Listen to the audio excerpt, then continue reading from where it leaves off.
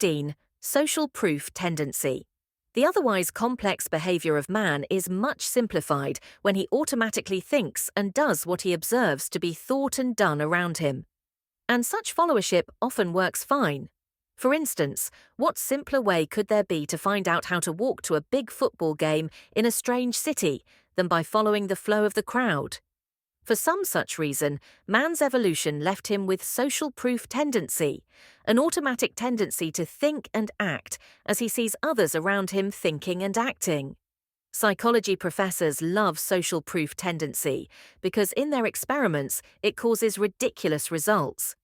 For instance, if a professor arranges for some stranger to enter an elevator wherein 10 compliance practitioners are all silently standing so that they face the rear of the elevator, the stranger will often turn around and do the same. The psychology professors can also use social proof tendency to cause people to make large and ridiculous measurement errors. And of course, teenagers' parents usually learn more than they would like about teenagers' cognitive errors from social proof tendency. This phenomenon was recently involved in a breakthrough by Judith Harris, who demonstrated that super respect by young people for their peers, rather than for parents or other adults, is ordained to some considerable extent by the genes of the young people. This makes it wise for parents to rely more on manipulating the quality of the peers than on exhortations to their own offspring. A person like Ms. Harris, who can provide an insight of this quality and utility backed by new reasons, has not lived in vain. And in the highest reaches of business, it is not all uncommon to find leaders who display followership akin to that of teenagers. If one oil company foolishly buys a mine, other oil companies often quickly join in buying mines. So also if the purchased company makes fertilizer. Both of these oil company buying fads actually bloomed, with bad results. Of course, it is difficult to identify and correctly weigh all the possible ways to deploy the cash flow of an oil company. So oil company executives, like everyone else, have made many bad decisions that were quickly triggered by discomfort from doubt. Going along with social proof provided by the action of other oil companies ends this discomfort in a natural way. When will social proof tendency be most easily triggered? Here the answer is clear from many experiments. Triggering most readily occurs in the presence of puzzlement or stress, and particularly when both exist. Because stress intensifies social proof tendency, disreputable sales organizations, engaged, for instance, in such action as selling swampland to schoolteachers, manipulate targets into situations combining isolation and stress. The isolation strengthens the social proof provided by both the knaves and the people who buy first, and the stress, often increased by fatigue, augments the target's susceptibility to the social proof.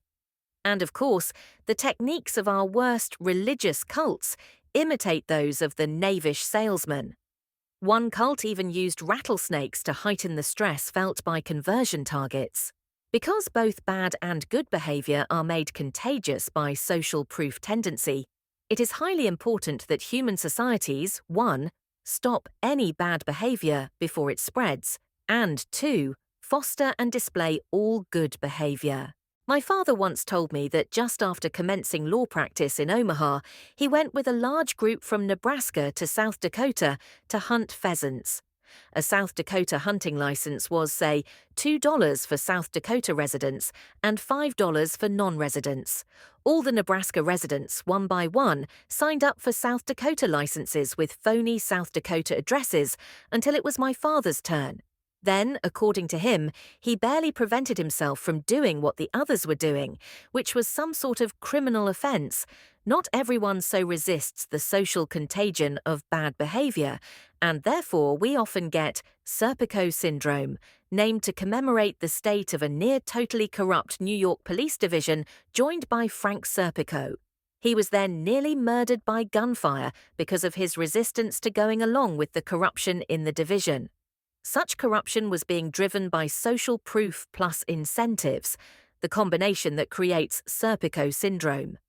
The Serpico story should be taught more than it now is, because the didactic power of its horror is aimed at a very important evil, driven substantially by a very important force: social proof.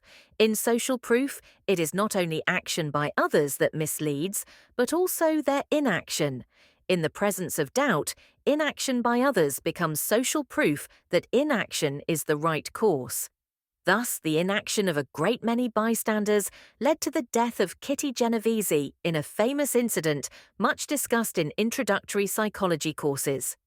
In the ambit of social proof, the outside directors on a corporate board usually display the near ultimate form of inaction. They fail to object to anything much short of an axe murder until some public embarrassment of the board finally causes their intervention. A typical board of directors culture was once well described by my friend, Joe Rosenfield, as he said, "They asked me if I wanted to become a director of Northwest Bell, and it was the last thing they ever asked me." In advertising and sales promotion, social proof tendency is about as strong a factor as one could imagine. Monkey see, monkey do is the old phrase that reminds one of how strongly John will often wish to do something or have something just because Joe does or has it. One interesting consequence is that an advertiser will pay a lot to have its soup can, instead of someone else's, in a movie scene involving soup consumption only in a peripheral way. Social proof tendency often interacts in a perverse way with envy, jealousy, and deprival superreaction tendency. One such interaction amused my family for years, as people recalled the time when my cousin Russ and I, at ages 3 and 4, fought and howled over a single surplus shingle while surrounded by a virtual sea of surplus shingles. But the adult versions of this occasion, boosted by psychological tendencies preserving ideologies, are not funny and can bring down whole civilizations. The Middle East now presents just such a threat. By now, the resources spent by Jews, Arabs, and all others over a small amount of disputed land, if divided arbitrarily among land claimants, would have made everyone better off, even before taking into account any benefit from reduced threat of war, possibly nuclear. Outside domestic relations, it is rare now to try to resolve disputes by techniques, including discussion of impacts from psychological tendencies. Considering the implications of childishness that would be raised by such inclusion and the defects of psychology as now taught, this result may be sound.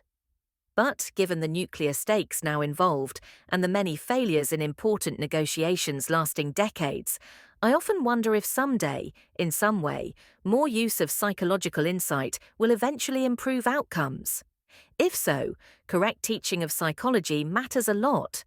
And if old psychology professors are even less likely than old physics professors to learn new ways, which seems nearly certain, then we may, as Max Planck predicted, need a new generation of psychology professors who have grown up to think in a different way.